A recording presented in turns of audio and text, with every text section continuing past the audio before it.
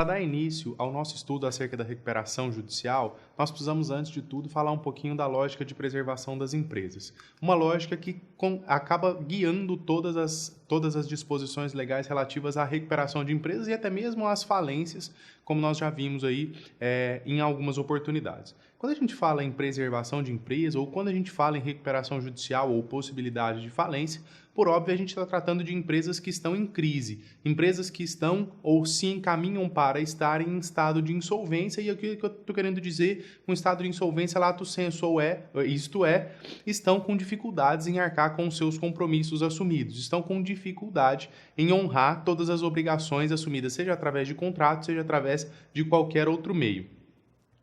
A lógica, nesse caso, dessas empresas, se houver uma continuidade desse processo de insolvência ou se esse processo de insolvência chegar ao seu final, é a decretação da falência.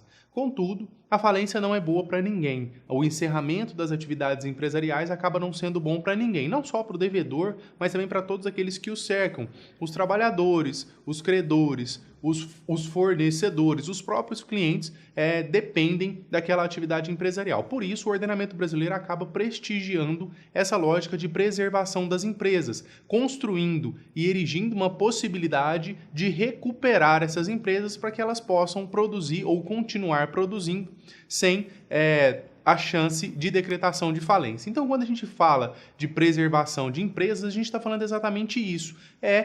A criação de instrumentos específicos, seja por meio de lei ou até mesmo por outros instrumentos, aqui no nosso caso, por meio de instrumentos legais, de formas de fazer com que a empresa continue a sua atividade. Acaba se tornando, portanto, essa questão da preservação das empresas acaba se tornando um princípio norteador de toda a legislação a respeito de falências, a respeito de recuperação judicial. Cria-se uma possibilidade para que o devedor possa sanar as suas dívidas, cumprir as suas obrigações e, a partir daí, continuar as suas atividades empresariais. E por que eu estou dizendo que na falência também existe essa lógica da preservação das empresas?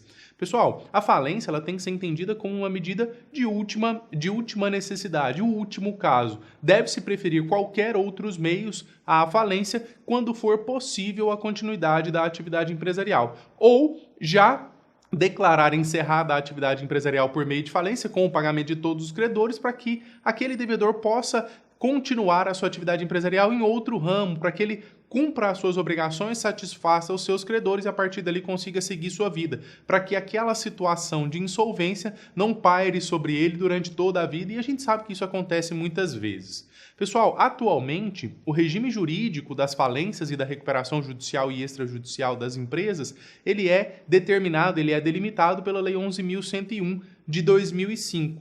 Essa lei sofreu profundas alterações no final de 2020 pela Lei 14.112, que foi publicada em dezembro de 2020, mais especificamente no dia 24 de dezembro de 2020. E essa lei, ela acabou realizando aí alterações profundas, principalmente no Instituto da Recuperação Judicial, trazendo algumas novidades, alguns mecanismos que até já eram utilizados pela jurisprudência, até já eram defendidos pela doutrina, mas que não tinham previsão legal. Essa lei acabou também realizando algumas modificações na própria falência, por exemplo, na ordem de classificação dos créditos, excluindo alguns créditos, modificando e deixando mais claro a posição de outros créditos, mas ela veio principalmente para reformar a recuperação judicial, trazendo ainda mais, de forma ainda mais latente, esse princípio da preservação das empresas inscrito em seus artigos, seja no caso das falências, seja no caso das recuperações judiciais. No caso das recuperações judiciais, essa delimitação das finalidades do Instituto estão previstas lá no artigo 47, que vai dizer que o objetivo da recuperação judicial é viabilizar a recuperação dessa situação de crise econômica, ou seja, viabilizar a superação da crise de insolvência pela qual passa o devedor. O objetivo, então, é bastante claro, segundo a lei de falência, e as finalidades após o cumprimento desses objetivos é a manutenção da fonte de produtos e empregos. Então, quando a gente está falando de preservação da empresa, a gente está falando de preservação de produção, de prestação de serviço, de produtos e também da preservação de empregos. Além disso, atendimento aos interesses dos credores que, porventura, tenham créditos e terão créditos no caso da situação de recuperação judicial e de falência. Preservação da empresa e lembrando, pessoal, que a Constituição traz isso muito latente, que é a questão da função social da empresa. O ordenamento jurídico, então, entende que a empresa também possui uma função social, além do próprio estímulo à atividade econômica, na medida em que eu recupero aquele devedor para que ele possa continuar exercendo a sua atividade empresarial. Então, quando a gente fala do artigo 47, pessoal, para a gente fazer um resumo geral, a diretriz teleológica, ou seja, a finalidade do procedimento de recuperação empresarial, seja ele judicial, seja ele extrajudicial, ele deve ser interpretado em conjunto com as demais normas da legislação. Diante disso, pessoal, o que a gente busca com a recuperação judicial, é a preservação da empresa que é economicamente viável. Aquela empresa que é inviável, o caminho dela será a falência para rápida satisfação dos credores e liberar o devedor daquele problema que ele não tem como solucionar.